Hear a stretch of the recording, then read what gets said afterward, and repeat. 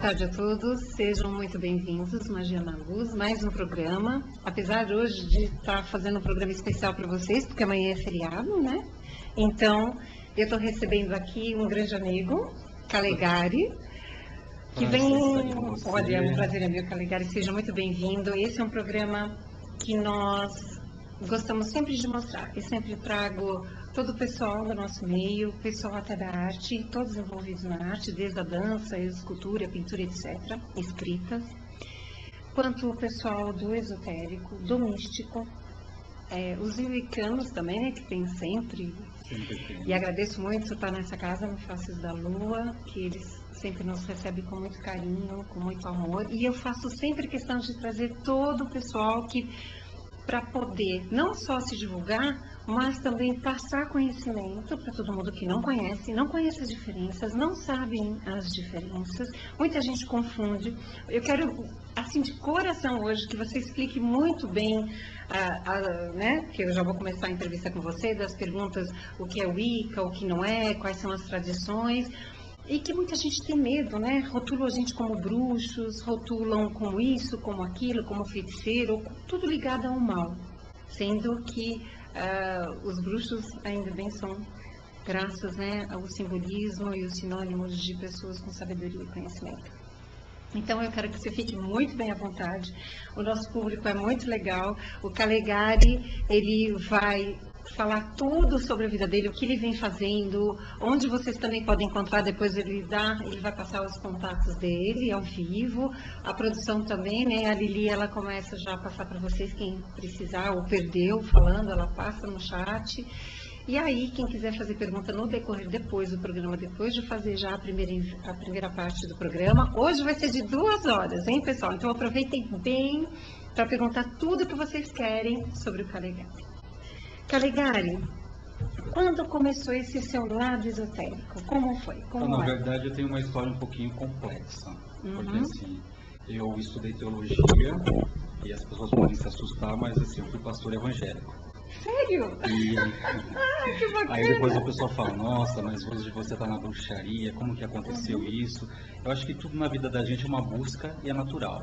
Então eu fui criado dentro de uma família que era católica espírita e em determinado momento, quando eu era adolescente, eles passaram para ser evangélicos. E eu tinha 15 anos, entrei junto, né? Aí já fui fazer os cursos, ser presbítero, evangelista, aquela coisa.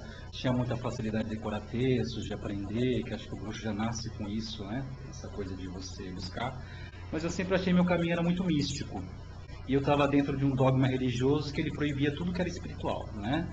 Porque hoje em dia eu acho que nenhuma religião pode dizer assim, eu sou dono da verdade absoluta. Né? Você não pode afirmar isso. Certíssimo. Porque o que é a minha verdade pode não ser a sua verdade. E as pessoas hoje em dia, elas são muito 880, né? Eu acho que uma coisa que eu comento também, a gente está falando do conhecimento, de saber. Eu sempre digo, pessoal, conhecimento não vale nada você ter se você não puder repartir ele com alguém. Exatamente. Então, assim, muita gente sabe muita coisa. Eu também fiquei muitos anos lá no armário, quietinho, atrás de um computador, até que um dia eu falei assim, bom, se eu não levar, ou não tentar levar o que eu sei um pouquinho para cada um e aprender, porque você nunca só ensina, você pode sempre aprender, é uma troca. Né? Você em cima de uma tradição, você aprende de outra e você vê as diferenças. E hoje em dia, como a gente estava comentando mais à frente, a gente vai falar, a gente falou que é o ano regido pelo dragão, e o dragão tem muito aquela coisa da prepotência, né, do ego, e hoje a gente vê dentro das próprias tradições, dos grupos, os bruxos já são poucos, se nós não formos unidos, fica uma coisa difícil. Aí fica o outro, porque eu sou da bruxaria tradicional, porque eu sou da grega, da romana, da celta. Somos todos bruxos, né? Independente da tradição que eu escolhi, você escolhe aquela tradição que você mais se adequa, né? Tem mais a ver com a sua filosofia de vida. Se não tiver, eu acho que não vale a pena. E eu acho que a magia, que a religião, ela tem que te trazer muito encantamento, muita magia, tem que ser uma coisa encantada para você. Se a religião para você, ela passa a ser um dogma tão pesado, em vez de te trazer alegria, ela só te traz prisão, eu acho que não vale a pena você... Então, assim, já fui criticado porque eu vou num evento, eu vou num sabá, eu vou num ringue. Eu vivo aquilo que eu estou representando no ringue, né? Exatamente. É um ringue de fadas, eu vou vestido de elfo, vou com todo o paramento que tiver. Se for num sabá de bruxos, de sombras, de Halloween, eu vou com meu balandrão negro. Então, assim, tem gente que acha que você quer mostrar alguma coisa. Não, eu quero demonstrar a mim mesmo a minha fé. Que eu sou capaz de fazer o que eu preciso pela minha fé. Mas o importante é isso. E, assim, eu acho que a gente tem que procurar falar uma língua só. São muitas as tradições, a bruxaria é bem complexa. É uma religião xamânica que vem do princípio do mundo, vem da pré-história. E a gente veio atravessando as culturas, né, para chegar onde a gente chegou hoje. E a gente tem que ter um consenso. Então, o pessoal se debate muito, a bruxaria que é tradicional, que não é tradicional, que é Wicca, que não é Wicca. Eu acho que a gente tem que pegar a base pura da religião, né? A religião que começou com a terra, com os camponeses, com as mulheres, com os guerreiros, com a natureza, isso, né? porque era uma adoração. A terra era a mãe, natureza. E o céu era o pai. Então, o Deus e a deusa, né? E hoje em dia o pessoal não trabalha, eu vejo até mesmo dentro da Wicca, a gente fala muito da deusa e o Deus. A gente fala um pouquinho menos do Deus, se você perceber. Sim. Então a gente tem que lembrar que tudo é um equilíbrio, é uma polaridade, você tem que saber respeitar esse equilíbrio. E o que faz uma pessoa pender para um lado ou outro é aquilo que a gente fala da balança, do equilíbrio, né? Saber que você tem energia masculina, você é homem, mas você tem energia feminina também. Você é mulher, você é feminina, mas você tem energia masculina também. Então você tem que ter o equilíbrio, né? É a razão e a emoção trabalhando juntos. Que legal. E por onde você começou? Antes de você, né, explicar todo esse outro lado que você já está desenvolvendo, que você, né, de repente vai falar do teu grupo, que é muito bacana. Mas por onde você começou? Eu comecei na magia por intuição. Eu era pequeno, eu ia para minha avó, tinha uma casa na praia, um lugar que tinha natureza, era hoje em dia cidade, lá naquela época não era, daquelas praias desertas, bonitas, era muita mata. Então eu chegava lá, eu tinha 7, 8 anos, a primeira coisa que eu fazia, eu procurava um galho de árvore. É uma divina que Isso. E eu pegava aquele galinho ia ser a minha varinha. E eu desenhava símbolos no ar, na areia, mas eu não sabia porque eu fazia aquilo, não tinha, naquele tempo nem sonhava com internet, com informação fácil. Se você quisesse alguma coisa, você teria que garimpar sebo, algum documentário ou outro. Naquela época era tudo muito preconceituoso, né? Você falava de bruxaria, Nossa, você ainda falava hoje né? Hoje ainda nós enfrentamos muito isso. E a gente sabe que o bruxo, né? Ele tem várias traduções. Tem uma que eu gosto muito que ela é baseada no grego, que ela vem do Crucius, aquele que sabe. Então aquele que tinha conhecimento da erva, curandeira, parteira, aquele que tinha algum conhecimento de astrologia, que sabia alguma regra, aquele era o bruxo da aldeia, né? Só que na Idade Média ia acontecer o quê? Como a igreja católica quis ser a dominante na Europa, a religião dominante na Europa era o paganismo, eles fizeram o quê? Eles encobriram os festivais pagãos com os festivais deles, né? Construíram as catedrais em cima dos templos druidas e foram dominando. Vou falar português, claro, massacraram.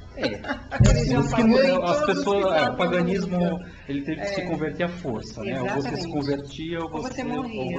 Era melhor dizer que era alguma coisa para não perder a vida, porque depois começava a cultuar escondido. É interessante porque assim, a pessoa que tem alma de bruxo, ela vai praticar isso o resto da vida. Claro. Tanto que muitas freiras que existiam conventos e monges, eles praticavam a bruxaria dentro dos conventos, porque assim, principalmente na Itália, as bruxas, as estregues, né? Elas praticavam a bruxaria dentro dos conventos, elas eram madres, eram monges, e praticavam, por isso que a religião permaneceu viva até hoje, né? E hoje, o que você segue especificamente? Então, eu comecei aprendendo a Wicca, porque assim, eu comecei a estudar sobre magia mesmo, era o ano de 1986. E falar muitas vezes sobre a idade da gente, né? Tá chato. Mas é mais experiência, né? Mais experiência. Então, eu comecei a estudar mesmo, me interessar em aprender magia em 1986. Só o que acontecia naquela época? Naquela época nem se sonhava existir internet. Informação era super difícil, você tinha que garimpar a biblioteca, algum sebo para você conseguir algum livro. Você não conseguia nada, não tinha nada que fosse bom. Fechado. Quando falava de bruxaria era alguma coisa assim que ou ridicularizava a bruxaria, ou tinha aquela visão satânica da bruxaria, que a bruxaria era um mal, né? A bruxaria era ligada ao demônio, aquela coisa. O primeiro livro bom que eu achei foi um livro de 1987, que era do ABC do Ocultismo de Papos. Foi um livro que eu vi que tinha embasamento já na ciência egípcia, falava sobre magia, sobre iniciações. Então foi o primeiro livro bom que eu encontrei. Depois começaram a vir alguns livros da Starhawk, né, Dança Cósmica das Feiticeiras, Laurie Cabot, e a gente começou a procurar. Vocês achavam muito fácil livros sobre cabala, mas sobre bruxaria, Wicca, essas tradições era difícil você encontrar. Calegari, dá para você explicar assim, um pouquinho para a gente a diferença que muitos dos grupos fazem, os covens, não sei como que vocês gostam, né, de talvez se referir mais, das tradições, desde a bruxaria natural, os wiccanos que daqui a pouco, né, nos dias de hoje, cada um foi para um ramo. Queria que você explicasse isso direitinho, porque as pessoas acham que dentro da tradição ou das tradições tudo é uma coisa só. E eu também queria que você dissesse onde há mais rigidez, ou não, as disciplinas. Porque já que ela é uma religião pagã, existem regras, disciplinas, óbvio. Mas eu queria que você deixasse bem claro, porque as pessoas não entendem muito bem. Então, assim, a base da bruxaria, ela começou lá nos primórdios da humanidade, o xamanismo. Quando o homem entendeu que ele não era só carne e que ele tinha um espírito. Então, quando ele começou a enterrar seus mortos, ele começou a colocar flores, e enfeitar, e ele começou a acreditar e olhar para o universo, para a lua, e ele começou a perceber que ele não era um ser único, que tinha algo a mais. Então se começaram assim as práticas xamânicas, né, que é aquela coisa mais da terra, da natureza, de você trabalhar com a erva, de você observar os ciclos lunares. A mulher foi mais sensível que o homem nessa parte, por quê? A mulher foi a primeira que percebeu que o ciclo da menstruação era lunar. Ele tinha 28 dias, então se a gente pesquisar na arqueologia, eles encontraram em chifres de rena gravados, em pedaços de ossos, o ciclo menstrual, que contava os 28 dias, porque o povo pagão não seguia o calendário solar, eles seguiam o calendário lunar, que eram de 13 meses, de 28 dias. Então a mulher percebeu que a lua e os 28 dias tinham a ver com o ciclo menstrual, ela começou a marcar. Então a mulher ela sempre foi mais observadora que o homem. Então ela começou assim a perceber que tinha algo a mais, né? Então elas foram as primeiras sacerdotisas, né? E os homens acertaram muitas vezes observando as mulheres. E nesse inteirinho já tinha os conhecimentos dos druidas. Eu queria que você relacionasse essa época, né? Porque já que a gente está falando das diferenças de Wicca, se a gente for pegar a base da bruxaria, a gente vai ter que estar falando de xamanismo mesmo, porque assim, era uma religião que adorava os espíritos da natureza, a terra como a mãe. Esses são os primórdios. E são os primórdios. E o céu como pai. Então assim, a mãe era aquela que gerava vida, que mantinha todos, né? E o céu era aquele que fecundava a terra, né? Com os raios solares, para as plantas crescerem. Então era aquela união, eles entendiam dessa forma. Aí que nasceu, o pessoal chamava muito de feitiçaria, né? Se a gente for olhar as tradições, elas existiam em todas as partes do mundo. Símbolos únicos, você encontra símbolos únicos diferentes, porque assim, você encontra em várias nações diferentes, eles tinham símbolos únicos. E existem as variações. Aí o pessoal, tem gente que acha que era só os nórdicos, começaram com runas, até o pessoal do Polo Norte. Ai, agora que eu... Porque tem toda aquele lado, né? Groenlândia, tem Groenlândia, Escandinávia, Dinamarca, o que mais? Escócia. Na época eram os germânicos, porque ele ficou muito rotulado, as runas, como... As runas ficaram muito rotuladas vikings, né? Em cima dos vikings, em cima da tradição a tradição do Odin. Isso. Porque o próprio Odin, por ser homem, ele não sabia conhecimento rúnico. Quem ensinou o conhecimento rúnico para Odin foi Freya, que também pode ser chamada de Mardol, que era a deusa nórdica maior. Freya era uma deusa da fertilidade, da terra, era uma deusa muito a mais bela das deusas nórdicas. E ela conhecia a magia Seirde, que era a magia praticada pelas volvas, pelas mulheres xamãs da terra nórdica. E ela que ensinou o segredo das runas para Odin, ela que se dispôs a ensinar os segredos do universo para Odin. Que já era um tipo de oráculo, né? Isso, já era um oráculo. Já era um oráculo, Sim, já era um no oráculo. Egito, né? Isso. E o oráculo é muito importante. Se a gente visitar a história das nações, nenhum rei, nenhum imperador, ninguém fazia nada se não consultar as primeiras runas ou os oraculistas, né? Então nós tínhamos o grande oráculo de Delfos, né? Que as pitonisas, as pítias, aquelas que tinham espírito de profecia, mas praticamente nada no mundo antigo era feito sem você consultar o seu oráculo, né? Então a Wicca se baseou muito em toda essa... Então, se a gente pegar o mundo, a bruxaria, as tradições xamânicas, elas estão espalhadas pelo mundo. Então o mundo, muitas partes do mundo não tinham contato com o outro. Por exemplo, a região nórdica não tinha contato com a América do Sul. Sim. Só que se a gente for pesquisar, a gente sabe que alguns vikings se perderam no mar, e se a gente for lá para perto da Serra de Peruíbe, já encontraram luvas de vikings lá, então assim, o povo se perdeu por aqui também, então isso nos caminhos dos mares, né? Mas eles não tinham contato um povo com o outro. E você vê que existem semelhanças, por quê? A gente vai consultar o que? O mundo astral, né? O mundo espiritual, ele é uma outra dimensão. Então, como as dimensões são interligadas, às vezes o que a pessoa fazia em uma região do mundo, ela fazia na outra, instintivamente. Mas existe um consenso que a gente chama de grana cósmica, né? Você está sempre conectado com alguém, com alguma força ou com alguma energia.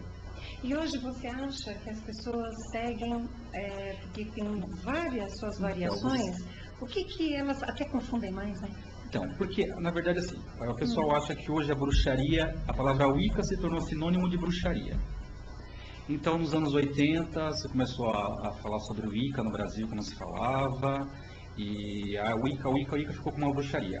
A Wicca, na verdade, ela foi criada em meados dos anos 40 por Gerald Bruce Gardner, né, que era um funcionário público inglês, e ele pegou tradições que vieram do Egito, ele pegou tradições que vinham da Golden Dawn, ele pegou várias tradições de bruxaria, pegou da Europa, e ele criou uma forma de bruxaria. Resumida, mais ou menos, porque, para a assim, época dele, né? Se a gente for praticar bruxaria hoje, uma vez eu falei num curso que teve aqui no Faces da Lua, que existia cybermagia.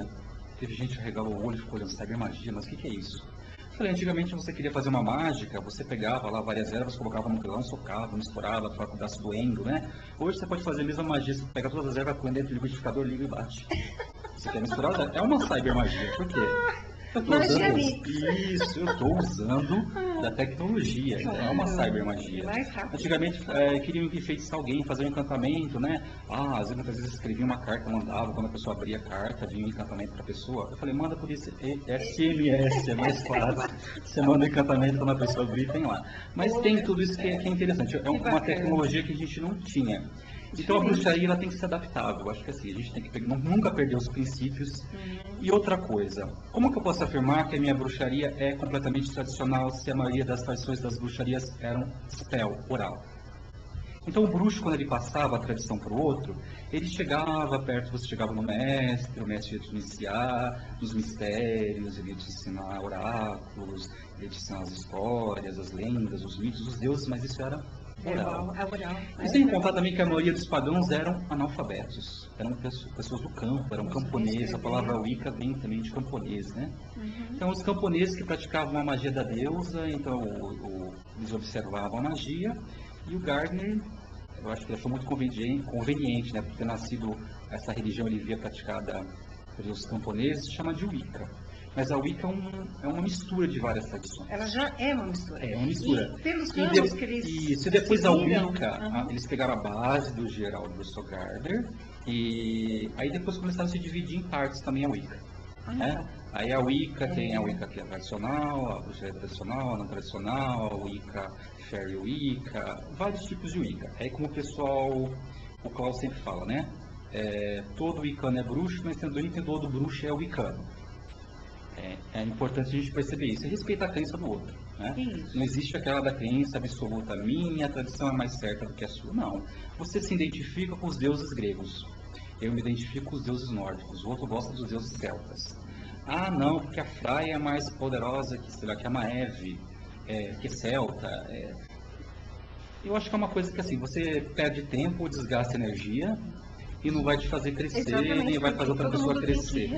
E você tem que observar também, dentro daquele culto, o que é a sua filosofia de vida encaixa para você. Às vezes, por exemplo, é particular. Eu não gosto de misturar magias angelicais com a bruxaria, porque eu acho que são duas tradições que se chocam. E as egrégoras? Sim, as egrégoras se chocam. Os anjos vêm da tradição cristã, judaica e islâmica. Deus condena a bruxaria e a feitiçaria. Ao feiticeiro não deixarás viver. É um mandamento. Como que eu vou cultuar um anjo dentro dessa linhagem se ele é contra aquilo que eu acredito, que é a bruxaria, que é a religião aqui da Terra? O bruxo ele não acredita na figura do diabo. O diabo foi uma figura que foi criada na Idade Média, né, pelo cristianismo, porque Quernunos, que era o deus adorado, ele tinha chifres. Ele representava a caça, a natureza. Então os povos no inverno eles viviam muito da caça. Então Quernunos era muito importante. E por ele ter chifres, aí se criou aquela figura cômica do diabo, né? Que começou a surgir lá na Idade Média. Aí eles fizeram o diabo com chifre, vermelho, de rabo, de ponta de lança. Associou totalmente errado. Ficou uma coisa cômica, né? E veio seguindo isso. E Hollywood ajudou muito nisso, né? Com os filmes de magia, de bruxaria. Eles começaram a ligar a bruxa à figura do mal. Isso, absoluto. Deturpou totalmente o significado verdadeiro Da do que são as bruxaria. bruxas, né? Então o pessoal foram pelos filmes de Hollywood, os desenhos, então assim, tem que ter o bem, tem que ter o mal. Você não pode ter o meio termo, né? Então a fada não conta, ela é extremamente boazinha, e a bruxa é extremamente má. Né? E eu também comento que essa coisa de você chamar fada e bruxa não tem muita distinção, porque ambas são sacerdotisas da terra. Se a gente pega um exemplo lá, o pessoal fala assim, a pessoa está perdida nas grumas de Avalon, que é um filme muito legal, porque se você observar, ele te conta uma história muito bonita, né? Os livros são muito bonitos. Mas se você olhar, a Fata Morgana, ela era uma fada. Mas se você ler o livro, assistir o filme, ela é uma bruxa. Ela é uma bruxa. Então, as pessoas tinham medo de fadas. Até quando a Vivienne, ela encontra ela está com o primo dela, né? Que ela abre as grumas para ver a Vivienne. Ela se assusta e fala, você é uma fada? Então existe aquele medo da fada também. A fada também não era boazinha, né? Eles tinham, depois nas histórias que se separaram. O Tolkien, quando ele escreveu lá o ensaio para fazer o Senhor dos Anéis, que eu acho muito bonito o filme, expressa muita coisa e conta muito de tradição de fadas ali, naquele filme. Ele se inspirou em quê? Primeiro ele fez uma pesquisa o que realmente eram contos de fadas. Então a gente observa que a maioria dos contos de fadas não são contos de fadas, que deveriam ser contos de imaginário, né? Ou contos do encantado, porque Chapeuzinho Vermelho não tem fada. A Cinderela tem. Exato. A Bela Adormecida tem. Outro não tem. Então ele fez um ensaio realmente do que as histórias infantis, porque algumas mencionavam fadas, o pessoal jogou tudo isso num só tema, né? Mas a história das fadas, ele pesquisou isso muito a fundo, que foi o que deu a criação aos elfos, né? Do Senhor dos Anéis, aquele visual das fadas que a gente acredita mais que existiram na Terra. E falar em fadas, Calegari, conta pra gente que palestras que você está ministrando, quais são os seus projetos daqui para frente, a Mystic Fair, né? Conta um pouco também da tua experiência na Mystic Fair, aqui no Faces da Lua. Quando eu fui convidado para a Mystic Fair, eu realmente amei, porque assim, você dá doce para criança. Eu realmente ali, eu adoro magia, adoro tudo que é encantado. Eu me senti em casa, né? Eu me senti em casa. Então, realmente, eu curti muito a Mystic Fair. Foi muito linda a Mystic Fair. Eu acho que do próximo ano que seja melhor, cada ano seja melhor. Mas assim, como eu disse para você, eu fui no espírito da coisa. Eu fui falar sobre as Fair Traditions, as tradições de fadas. Sim. Então, eu fui caracterizado como um elfo. As meninas que são do Coven foram caracterizadas de fadas, né? E a gente tentou passar um pouco do que é uma Fair Tradition, né? A Fair Tradition existe muito na Inglaterra, nos Estados Unidos, mas no Brasil a gente praticamente não cultua. Ela está muito diluída. É verdade. É uma tradição que realmente você cultua e a energia das fadas, ela está mais... E você pode falar assim, só para o pessoal entender, a gente sempre sabe o que um bruxo faz, os conhecedores fazem, o que o gnomo, o que o duende, mas as fadas, onde que elas interagem com a natureza e que processo? Então, a fada, ela está extremamente ligada a tudo que é energia da natureza. Então, a gente pode dizer que a fada é a própria energia da natureza. Na minha tradição, nós cultuamos uma fada que é uma deusa fada, que ela se chama Rovana. Então, como que eu posso descrever Rovana? Então, a gente sabe que um deus, se a gente fosse descrever um deus como é a forma física dele, a gente não conseguiria descrever. É uma forma de energia que é até incompreensível, mas se eu não tiver aquele que seja semelhante a alguma coisa que a minha mente possa processar e eu entender, eu não vou conseguir acreditar naquilo. Então, a gente tem, por isso que às vezes a gente fala, a deusa tem 10 mil nomes, porque ela é cultuada de uma forma... eu vou para a África, a deusa é negra. Eu vou para as terras nórdicas, a deusa é clara. Né? Eu vou para o Oriente, a deusa tem características orientais. Mas é a mesma deusa, a mesma energia que está ali. Só que se o povo não for parecido com aquele povo não vai conseguir compreender a egrégora dela. Então, se eu for para uma floresta, e eu parar na frente da floresta e eu sentir o cheiro da terra, do musgo, olhar as árvores, eu ouvir o barulho das folhas, as árvores que rangem, eu senti tudo aquilo Rovana. Tudo aquilo é a energia da fada, é a natureza, ela já está ali, né? E se a gente fosse dar uma forma, as fadas, como eu falo, todo mundo está acostumado a ver a fada, a Barbie é linda, né? Cor-de-rosa, com asa de borboleta. Não é bem assim, não é bem assim, né? A gente está falando ali a fada Tinkerbell, né? Que é a fada sininha, linda. As fadinhas são lindas. A maioria das representações são bonitas. As fadas são feias? Não. Mas as fadas são energias da natureza. Então, assim, elas têm muito contato, um pouco contato com o ser humano. Elas ficam muito adentradas dentro da floresta, porque assim, a gente teve uma briga longa com elas durante muitos anos. E elas se afastaram de nós. Mas a energia das fadas está presente, né? Em todo lugar que tem natureza. Então, o que acontece com uma fada? Eu quero ver uma fada. Tem até um caso engraçado de um amigo, depois se der tempo eu vou te contar. Se eu imaginar uma fada, eu vou imaginar um ser que é uma energia que habita nas árvores, na natureza, na terra, na água, no ar, e que ela não tem uma forma definida. Ela não precisa disso na natureza. Na natureza basta ela se misturar a uma árvore, se misturar à natureza, ela está ali. Então, muitas vezes, existem alguns desenhistas que acho que eles são meio que paranormais, eles conseguem captar muita energia dessa coisa da fada. Então você olha que eles observam uma fada, ela é feita de galho, de árvores, de parte de insetos, às vezes lembra alguma coisa humana. Eu digo assim, uma fada pode ter 8 olhos, a pessoa fala, nossa, mas que monstro. Não é? Mas e se ela viu, humana, né? e se ela viu uma aranha, a aranha de 8 olhos? Ela viu um galho, o braço dela, a árvore tem vários galhos, ela entendeu? Ela toma uma forma. Ela entendeu aqueles muitos galhos com muitos braços, ela pode aparecer com muitos braços, né? Agora, tem gente que acha absurdo, a fada tem que ser linda igual a Barbie, se a fada não for linda igual a Barbie, ela não é fada. E outra, existem egrégoras de fadas que são até perigosas de você lidar. Eu até comentei isso, o pessoal fala muito, eu vou atrair o gnomo alimentar para a minha casa. Vamos pegar um prato branco com uma maçã, colocar mel, espetar cravinho, né? Tudo que a fada gosta, coisas doces, frutas bonitas, eu vou atrair alimentar para a minha casa. Só que eu não sei que tipo de elemental eu estou atraindo para a minha casa. Sim. Existem elementais existem elementais que eles causam muito efeito poltergeist. Então começa a casa, o pessoal vai lá, assombrações, a casa está assombrada. Se você for ver muitos episódios daquele, e fada é um ser dúbio. Eles podem se fazerem passar por espíritos de pessoas que já morreram, mas na verdade não são. E ela tem aquela coisa, por quê? Existem fadas que elas se alimentam da energia do medo. Então ela vai assustando você na casa, vai assustando, vai assustando. Quanto mais assustado você fica, ela acha que é uma brincadeira aquilo, né? Então ela acha que você está feliz, você está morrendo de medo. E ela acha que você está feliz. Os doentes eram responsáveis, né? Que a Sim, gente achava os doentes levavam a culpa. Eles estão dentro da classe dos elementais. Mas assim, eu já vi vários casos de casas ficarem com efeitos paranormais. E no fim serem energias de fadas que a pessoa invocou ali e depois... E fada, você, para fazer um banimento de uma fada, você tem que gravar um acordo com ela, né? Você tem que... Ser bem... Cara, antes da gente continuar e antes do intervalo, eu quero que você já passe os seus contatos, porque muita gente, de repente, não pode entrar na continuidade do programa, eu já queria que você passasse seus contatos pra gente, pode falar. Aí a Lili, ela coloca até, né, no chat, se precisar. Então, meu telefone para contato, para eventos, palestras, é 2537-7824. São Paulo, né? São Paulo, 011. Meu celular é 9492-0076, também de São Paulo, 011.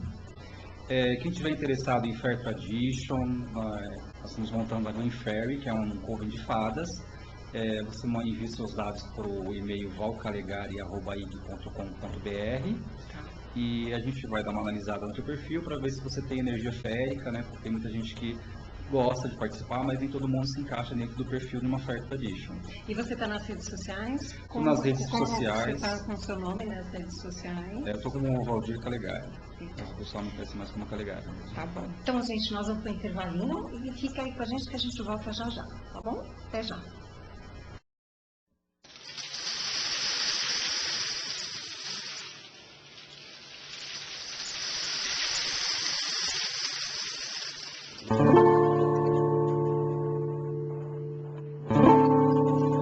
Sou a senhora do Beltene, sou o prazer, o meu amor.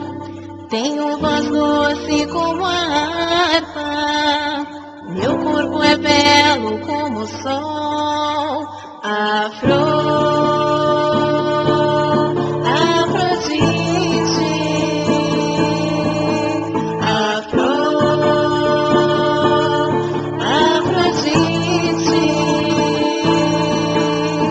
Deusa do deleite, do êxtase do amor, dama da beleza, do riso.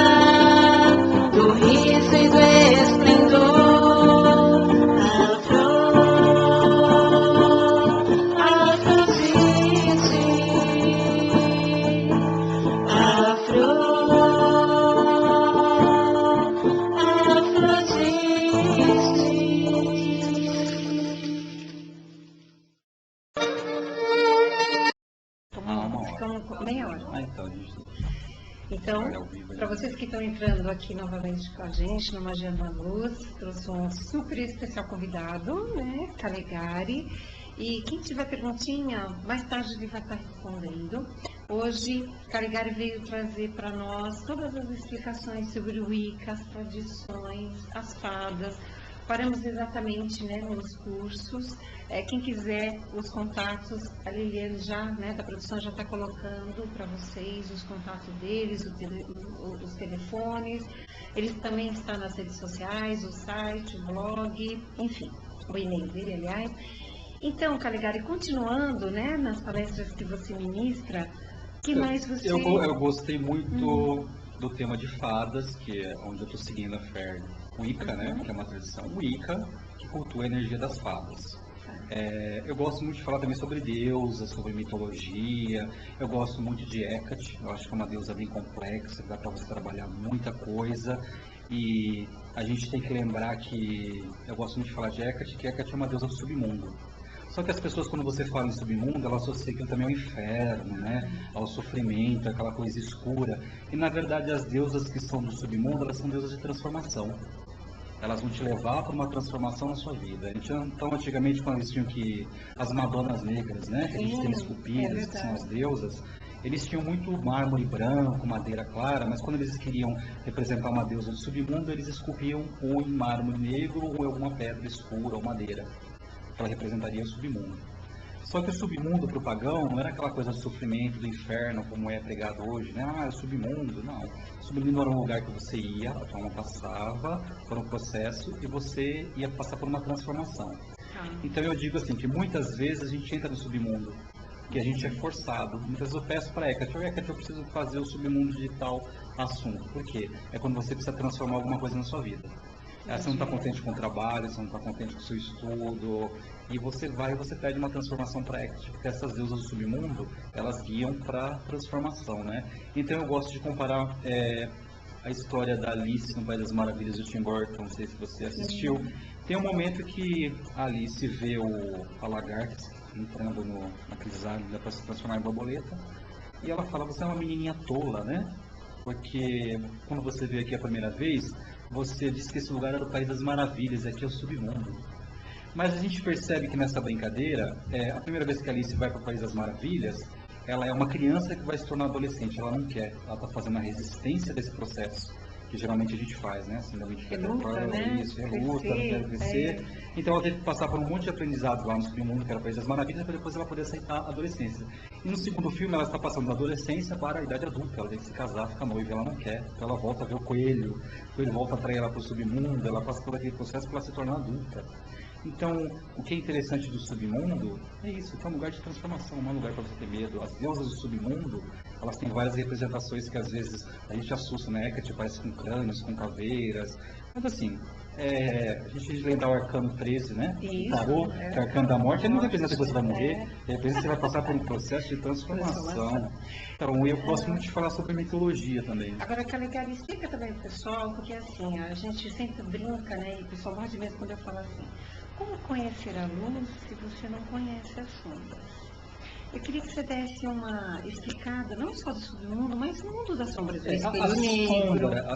Na verdade, um ponto bem interessante para as pessoas. A sombra é uma coisa que a gente foge. Mas na tradição norte, a gente tem um ritual que a gente trabalha a nossa sombra. A gente solta a nossa sombra para lá e buscar aquilo que a gente quer. Então, uma comparação que eu gosto que o meu mestre faz, ele fala assim, vamos imaginar que eu sou a palma da minha mão. E a sombra, ela é maior. É como se a sombra ela fosse a palma da minha mão e todos os meus dedos. Então ela conhece além. Isso. E a sombra está muito relacionada com aquilo que a gente esconde. O falso moralista, ele esconde muito a sombra dele. A gente vê muito isso, né? A pessoa prega contra a prostituição, contra homossexualismo, a pessoa prega contra a pedofilia, depois no fim a pessoa acaba se envolvendo com aquelas coisas, né? Então ela prega muito a honestidade, você vai ver, ele é corrupto. Acontece que essa pessoa, ela vive dentro da sombra dela. Então a sombra é o nosso lado oculto, que todo mundo tem e precisa trabalhar e que a gente esconde. Porque como eu aprendi, nós somos luz e trevas, né? Nós somos o equilíbrio, né? E muitas vezes eu até brinco, falo, gente, não existe bem ou mal, existem pessoas desequilibradas, a gente tem que estar dentro do equilíbrio. Então, trabalhar com a nossa sombra é trabalhar com aquele medo, né? Outro dia teve um comentário em Facebook de uma pessoa que atacava o homossexualismo como distúrbio mental, doença genética e umas outras coisas assim, super desagradáveis. Pegou uma pessoa que está meio perdida até no que está dizendo. E você tem que lembrar assim, que androginia, que equilíbrio, que energia faz parte de todo mundo. Exatamente. Né? Cada um no seu nível. Exatamente. Né? E a gente trabalhar com a nossa sombra é assim, o pessoal fala, né? O skinhead, quando ele espanca um homossexual lá na Paulista, o que ele está fazendo? Ele é um homossexual que ele não se assumiu. Na verdade, isso é psicológico. Existem psiquiatras que explicam isso, psicólogos. Ele está agredindo o medo dele. Então, qual que é o medo dele? O medo dele é de que descubram que ele tenha uma tendência a ter uma escolha diferente, né? E não só isso, são outros assuntos também, né? A gente tocou isso, mas quando ele está agredindo uma pessoa, ele está agredindo o medo dele. Então ele não sabe lidar com a própria sombra dele. Então a gente tem que ser muito sincero para a gente saber libertar nossa sombra, dizer, mostrar também que a gente tem o nosso lado que é negativo. E as pessoas falso-moralistas, elas se escondem muito atrás disso, né? Elas vão te pregar... a gente presenciou casos antigamente de pastores evangélicos que pregavam contra a prostituição, depois foram pegos com prostitutas. Quer dizer, então você vê, a pessoa quer se esconder dentro da sombra dela, mas cedo ou tarde a sombra dela vai se libertar, porque a sua sombra anda. Então, assim, eu gosto muito de conversar com a minha sombra, porque às vezes eu tenho alguma coisa para resolver e eu não consigo. Aí eu converso com a minha sombra, eu vai lá. Não necessariamente como espelho. Não necessariamente como espelho. Eu gosto de focar como as energia. pessoas não sabem por que a gente precisa do espelho, por que a gente trabalha com o espelho, o que a gente faz com o espelho, se bem que, né, tudo mais ou menos fechado, mas eles acham que a sombra vai estar ali só no espelho, que vai conversar com a gente no espelho. A gente tem que entender que a sombra é o teu lado interno, mais oculto, mais profundo do seu subconsciente. Então, a sombra mais profunda ainda um pouco que o seu subconsciente. E muitas vezes ela te força a agir de certas maneiras, como mecanismos de proteção, mas assim, se você é um bruxo, você sabe entender que a energia, ela foi feita para ciclar, então você tem que aprender energia, que é a mesma coisa que você prender um animal feroz, que um dia ela vai arrebentar e quando ele sair ele vai fazer um estrago imenso. Então você tem que aprender a conviver com a tua sombra, com a tua luz, com a tua escuridão, né? E deixar, aprender que você nunca todo mundo vai ser politicamente correto. Mas para isso tem as iniciações, tem os grupos, né? Existem grupos, para se fazer os estudos. iniciados, para se ter os iniciados com equilíbrio, com conhecimento, com estudo. Isso. E as pessoas não, elas escutam o negócio, elas querem fazer, elas não têm base nenhuma para fazer. O pessoal fala muito de iniciação. Eu acredito que a primeira iniciação que você tem que fazer é o estudo. Então, quando eu digo assim, eu quero aprender magia, eu quero aprender ocultismo, eu quero aprender uma outra filosofia de vida, eu tenho que fazer o quê? Eu tenho que estudar aquilo. Então, assim, eu não posso também ser preconceituoso no que eu vou estudar. Porque, assim, se eu quero aprender oráculo, eu vou ver runas, eu vou ver tarô, eu vou ver outros tipos de oráculo, porque um desses oráculos vai me identificar, outro não. Então, eu vou passar a trabalhar com ele. Mas, como eu posso dizer para você, eu não selei borra de café, não tenho vontade de aprender. Mas assim, eu não vou chegar lá e vou pegar o café e vou dizer, olha, tô vendo, né? Aí parece aquela do Harry Potter lá, eu vejo, né?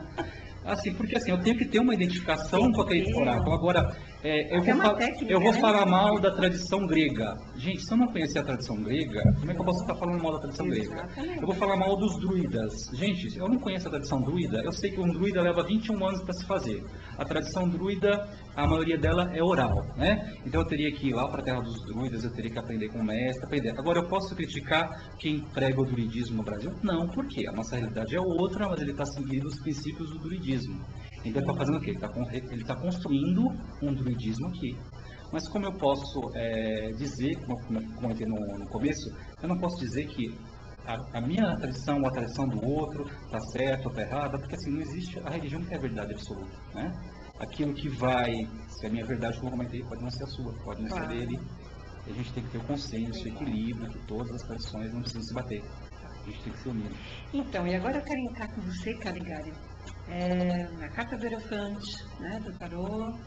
Quero entrar, que você já faz uma sequência desse ano de 2012, dos dragões, que entramos exatamente ontem no ano chinês, e o que ele vem representar, essa luz, essas egrégoras. Na carta do tarô, nós temos duas linhagens, uns dizem seria a carta de julgamento, é um ano de julgamento, porque também é um cobrador por outras linhas da justiça, outros do Hierofante, porque também 2012 e outros do enforcado, outros do enforcado, quer dizer, a gente costuma falar, mas não é isso, mas não é aquilo, tudo também está vinculado. Então, gostaria que você falasse hoje pra gente, né? Porque tem muita gente que não tiver ainda oportunidade, porque emendamos tudo, Natal, Ano Novo, se bem que o Faces trabalhou, a TV Espelho Mágico trabalhou, mas a gente sempre gosta de perguntar para todo mundo qual é a visão desse ano, que vem esse ano por aí. Então, a gente comenta muito de datas, numerologia, então a gente está comemorando o ano de 2012. Agora, se a gente pensar uma coisa, antigamente o pagão ele não seguia o calendário solar, ele seguia o calendário lunar, que tinha 13 meses de 28 dias. Então, se a gente for ver pela lógica, nós não estamos no ano de 2012. A gente está num ano bem mais avançado. Então, se começou a partir da era cristã, se houve uma data política, isso começou a contar a partir de lá. Isso influencia, creio que influencia no mundo astral, por isso que a gente faz a numerologia e dá certo, não daria certo. Mas os chineses estão comemorando o ano 4017, que é o ano do dragão da água, e se a gente fizer a gematria, que é a soma dos números do ano do dragão, vai dar o final 12, que coincidentemente vai dar o ano de 2012. Né? Não sei se é o feito de coincidências. Não existe coincidência. Mas dá 12 também. O dragão, ele simboliza o poder do imperador, né? Então, os palácios imperiais, principalmente no Oriente, que é muito divulgado o dragão, ele representava a força do imperador. O imperador era o dragão. E o dragão, ele vem com uma certa energia de arrogância, de prepotência, né? Então, é um ano que a gente tem que tomar muito cuidado com essa energia, né? Se eu comando algumas pessoas, se eu estou na direção, se eu tenho uma personalidade um pouco mais forte, eu tenho que refrear um pouquinho isso, porque senão eu vou ter problemas, né? Essa energia do dragão, o dragão é muito o tudo ou nada. Ou ele te leva tudo, ou ele te dá tudo. Ele não tem muito meio termo. E a positividade? Então, dizem que no ano do dragão, a Terra e o céu ficam alinhados. Então a gente vai observar também que vão ter muitos planetas que estão alinhados. Então ele representa também o equilíbrio, mas só que ele não representa o meio termo. Então é um ano que a gente tem que tomar muito cuidado nessa parte da prepotência, da arrogância, da estabilidade. O dragão também é uma energia de criação. Né? A mitologia dos dragões, os dragões e as fênix, que são as energias do fogo que ajudaram a criar o universo, formar os sóis, as estrelas, os planetas. Os dragões que fazem as ligações das linhas de energia, que a gente chama de ley lines ou linhas Li, né? Eles que conduzem essa energia. Então, assim, é como se o dragão fosse um canal que fizesse passar toda essa energia, né? A energia não se conecta sem essa mitologia do dragão. As fadas também estão presentes nessa crença, porque as fadas fazem o caminho das fadas, seria esse mesmo caminho de energia, só que na aparição das fadas. E os dragões seriam os veios do dragão, as veias do dragão, que são essas linhas de energia que andam pela Terra, de um polo para outro, que percorrem o universo. Então a gente tem que segurar um pouquinho disso. O que é legal no ano do dragão é que o dragão é um ano muito bom para você fazer casamento. É um ano muito bom para você ter filhos, porque é um ano de começo. É por isso que os chineses querem sempre que os filhos nasçam. Isso, no ano do dragão, porque são pessoas que têm iniciativa, que vão sempre aos extremos, né? Nem sempre é bom a gente ir aos extremos, mas ele traz muito essa energia dos extremos. É aquele ano também que se você perder um amor e você está chorando por ele, se ele for um amor verdadeiro, ele volta. Porque o dragão traz, é tudo ou é nada, né? Então, se realmente não era um amor verdadeiro, ele foi embora da tua vida porque era bom. E se realmente for um amor verdadeiro e desmanchou, você vai ver que ele vai voltar. E o dia do dragão traz muito isso de reconciliação. E o dragão em água, porque eles definem, né? É metal, é terra, é água, e tem mais um que eu esqueci. Fogo, terra, metal, água. E esse ano é o ano de dragão em água. Dragão em água, assim, esse ano a gente vem com a energia da água. A água representa a energia dos sentimentos. Então, assim, o dragão da água, esse ano também é regido pelos deuses e deusas das águas, né? Por isso que a gente já começou também com muita chuva, muito alagamento, muita coisa de água. A gente estava comentando também que a água representa alimento e emoção. E a gente está trazendo a arrogância da energia do dragão e a gente está trazendo a energia do sentimento. Esse ano também é regido pela força lunar. Isso. A força lunar é a força feminina, né? A força lunar é a força matriarcal, ela é a grande mãe, é a grande simbologia. Então é um ano que você tem que trabalhar muito o equilíbrio. Você tem que ser muito prudente, muito ponderado, trabalhar essa energia.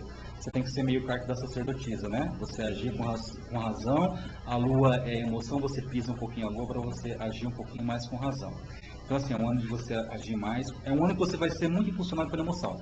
Mas quando eu me deixo levar pela emoção, pelo impulso, eu faço coisas que não são muito legais. Depois eu me arrependo. Então a gente tem que aprender a controlar um pouquinho essa impulsividade para a gente poder praticar as coisas e ser mais racional do que emocional. E o que está mais previsto assim esse ano que você pode dizer para a gente? Tanto os cuidados quanto os alertas. Então, o ano do dragão é um ano bom para reencontros, relacionamento, é um ano bom para amor, né? É um ano que a sedução fica muito forte, o dragão tem aquela energia muito forte da sedução, os romances ficam mais quentes, os relacionamentos se tornam mais sérios, né? Não é mais aquele relacionamento que as pessoas não querem, compromisso. A energia do dragão traz um pouquinho mais de compromisso, então ela dá mais ênfase para relacionamentos mais fortes, sérios, com casamento mesmo. Né? Como se fala, na sintonia. E a energia do dragão também, se você tem algum projeto guardado em gaveta, alguma coisa que você queria fazer, o ano do dragão é ótimo para você colocar em prática. Começar. Então você desengavetar seus projetos, você lançar um novo, a energia do dragão ela traz essa renovação. E os projetos geralmente lançados no ano do dragão não é nada assim, de hoje para amanhã. São projetos mais a longo prazo, mas são projetos que estão firmados numa energia que se concretiza. E a espiritualidade nisso, já que é um ano que tem que se fazer tanto, parece que tudo está muito ligado no mental e no material, e onde fica o espiritual? É um ano que você tem que cuidar muito cuidado da parte, você tem que ter muito cuidado da parte espiritual, porque é um ano que ele é regido pela Lua, e a Lua também traz a introversão. É muito para você viajar para dentro de você mesmo, né? Você parar e pensar o que aconteceu na minha vida até hoje. Onde eu errei, onde eu poderia ser melhor, onde eu posso consertar, fazer muita introspecção, né? Autoanálise, né? E autoanálise. Você tem que se voltar muito para a espiritualidade esse ano, porque como é um ano que rege muita parte material, você tem que estar trabalhando bem essa sua parte espiritual. Procurar muita orientação espiritual, né? Voltar um pouquinho a ser os imperadores lá antigos que não faziam nada sem precisar orar. Também não é um ano legal para fanatismo, né? Você tem que ter muito bom senso, né? Você tem que ter otimismo, força de vontade, mas nada de fanatismo em nenhum ponto. Não é legal para essa energia. E é a mitologia do dragão que você sempre também que você dá até palestra. A mitologia do dragão. As pessoas não conhecem, né? Não tem muita gente. A maioria das pessoas eles perguntam sobre magia draconiana, eles dizem, né? Falam magia dos dragões. Então a magia dos dragões ela é bem complexa, porque assim, a gente tem. A mitologia do dragão tem em várias partes do mundo. A parte mais forte está no Oriente, o dragão é cultuado até hoje, no Oriente, mas a gente tem no Ocidente, a gente tem os dragões da era medieval, a gente tem Tiamat, que era a deusa dragão suméria, né? E nas tradições nórdicas também nasceram os dragões. Então, na verdade, o que a gente representa no dragão? O dragão tem na Bíblia também, né? Nos contos cristãos também tem dragão. O dragão ele representa uma energia de sabedoria. Então, como se ele fosse um mentor que ele vem para te ajudar, para te orientar. Então, é muito legal você tentar entrar em contato com o teu dragão, que é uma forma de energia que vai te ajudar, que vai te dar um impulso, né? O dragão sempre é aquela energia que ele vem para ensinar. O pessoal fala muito de reptiliano, né? Mas a gente estava comentando. A gente pega umas tabuinhas sumérias, a gente pega umas tabuinhas sumérias antigas, a gente vê umas figuras de uns répteis, parecem os dragões. Na verdade, assim, nós acreditamos que eles eram os dragões mesmo, mas só que eles estavam aqui para ensinar as pessoas. E o homem, como tem aquela coisa eu sou o hiperego, né? Eu sei mais do que o dragão, então o dragão acaba se afastando. Ou um trato. Ou um trato, exatamente, ou um trato, porque assim, o ser humano traz muito do conflito do ego, né? O ser humano, infelizmente, é muito egóico, né? E é sempre o eu sou, eu sei mais, eu vou contar uma coisa, você vai me ensinar uma coisa, eu já sei, né? O pessoal já fala. A pessoa nunca ouviu falar, mas eu já sei. Já gosta de ser, né? O supra-supra, né? Isso, eu acho que assim, a gente está sempre no ciclo de aprender e ensinar. A gente mais ensina, mais aprende do que ensina. Mas posso falar uma coisa para você, Caligari? Assim, eu não subestimo nada nem ninguém. Acho que também deve ser uma das primeiras leis da magia. Não desacredito de nada mesmo, porque eu sou muito ligada ao panteão egípcio, que é mitológico ou não. Mas sabe que quando você sente lá dentro que tudo isso foi material, foi concreto, ou mesmo vindo de Órion, de Sírios, né? Fica uma coisa para uma outra palestra futura, quando você vier aqui de novo no programa, mas eu sinto que os dragões realmente tiveram sua carne aqui na Terra. A gente, na mitologia, na segunda que a gente acredita, a gente tem que ter uma mitologia para a gente como provar. Sim. Mas existem desenhos que você encontra homens junto com criaturas que parecem dinossauros ou dragões. Isso. A gente sabe que na história, a linhagem do humano com os dinossauros nunca se cruzou. E como que nesses desenhos tão antigos eles estão junto com com criaturas que parecem dragões, parecem dinossauros. Que já viram. Que já viram. Né? Ou que pelo menos não eram tão violentos, não eram agressivos e depois se tornaram. Então eles talvez viveram numa época muito parecida ali junto, né, com os humanos. E a gente sabe assim que a nossa origem é estelar, né? Sim. Nosso povo veio das estrelas. Então a gente sabe que a Deus é estelar, que nós não somos o único planeta que tem vida no universo, é uma coisa absurda, porque a gente sabe que existem milhões de galáxias, né? O telescópio Hubble já fotografou isso. Se a gente imaginar o que a gente é em questão de tamanho, de proporção dentro do sistema solar, dentro da galáxia, se você imaginar que existem 200 mil galáxias em volta, é impossível que você acredite que você é o ser único no universo, né? Não estou pedindo para ninguém acreditar em disco voador, mas a gente sabe que a linhagem da gente é do bem dos deuses, né? Os deuses vieram de cima. Do Egito, não foi? Isso, eles não viam. E esse negócio que você está dizendo a menção do Egito é interessante. A gente estava falando dos deuses, né? Eu estava comentando que às vezes eu não posso falar mal de uma tradição se eu não conheço, porque eu tenho que conhecer de tudo para poder tomar um embasamento e para eu poder saber como funciona aquela tradição. Né? Então eu vou falar assim, eu não conheço a cultura grega, essa coisa da energia egípcia é muito engraçada, porque, ou engraçada não, eu acho muito interessante, porque a base da magia também está muito fundada no Egito. A Ísis também ela está como mãe de todas as deusas, praticamente dela que nascem todas as outras deusas. De todas né? as civilizações. Isso. Se você pegar os maiores relatos de magia, eles vêm do Egito. E um dia eu estava conversando com um amigo que era pai de santa, ele falou assim que a tradição africana, candomblé, tinha muita coisa do Egito. Eu, sim, do Egito. Aí eu fui pesquisar e eu achei uma deusa Oxum, uma roupa quase egípcia, com aquela amarração da roupa egípcia. Eu falei, gente, não é que tem coisa, o leque. Eu falei assim, então ele falou assim, olha, eles migraram para os povos da África, ela modificou a tradição, mas tem um monte de base do Egito. É porque o Egito está Isso. na África. Ele chegou até a comentar complicado, que Oxum seria o rio Níger, né?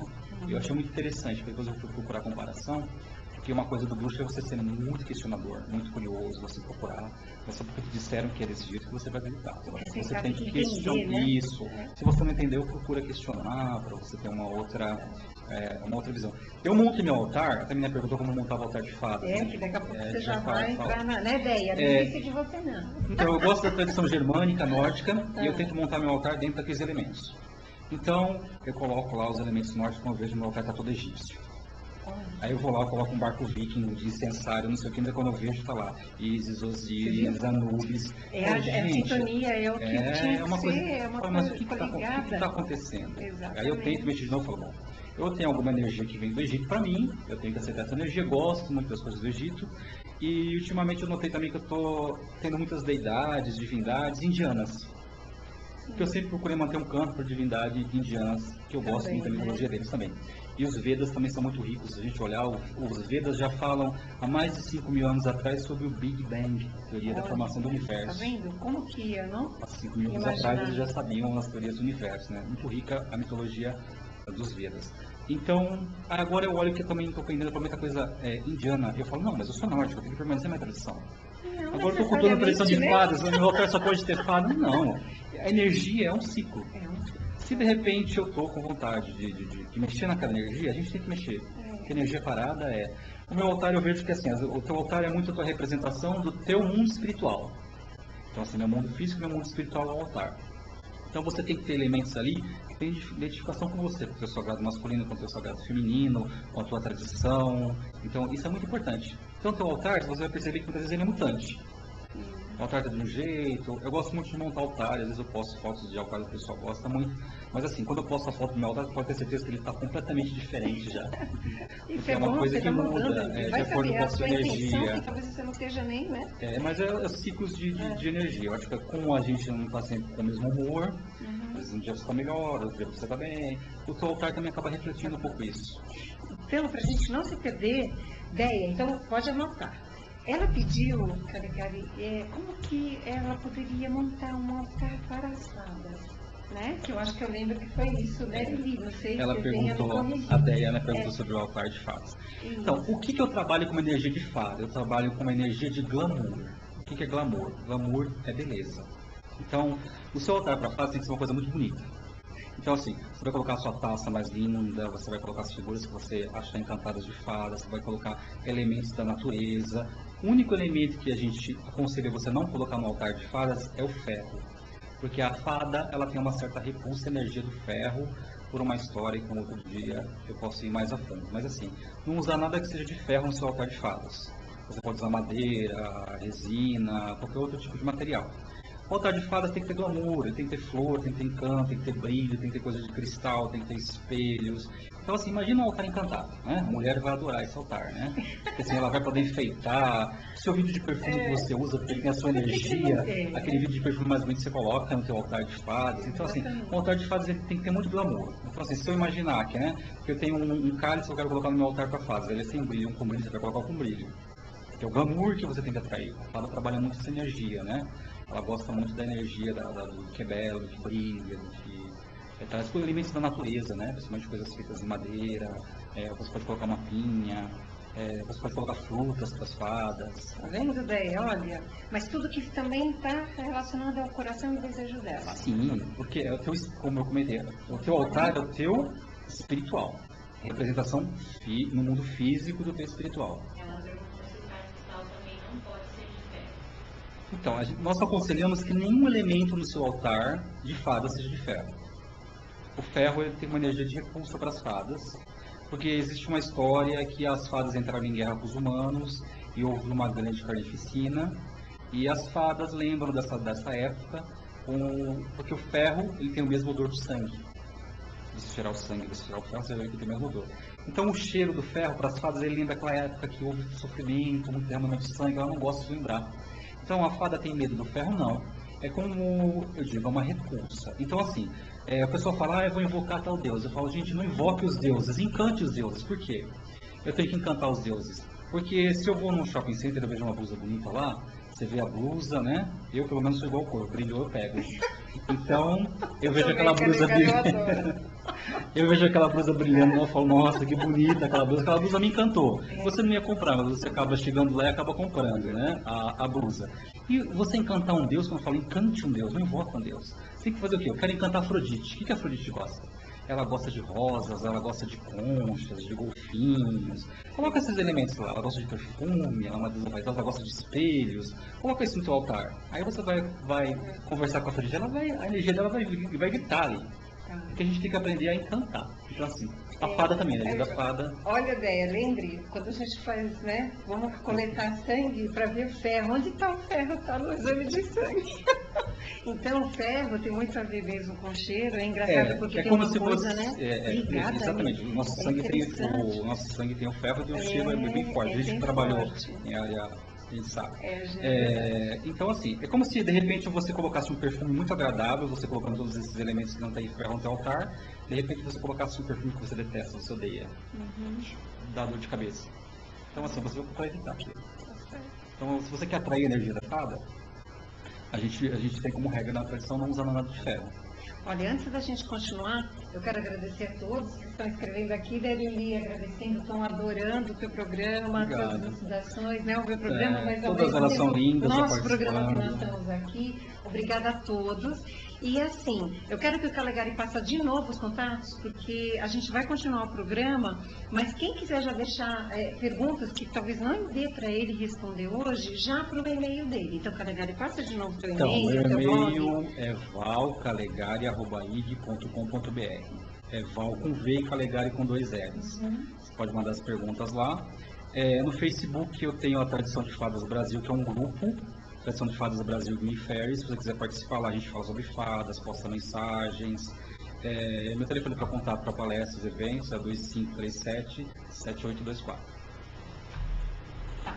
E assim, ó, parabéns, Calegari. Nossa, o que mais? Elas são lindas. Tem um monte de... Gente, olha, então é assim, nós vamos terminar o programa agora, a primeira parte, e daqui uns 5 minutinhos nós estamos retornando. Quem quiser continuar vendo que nós temos ainda muitas coisas para falar, fica aí com a gente. Até já.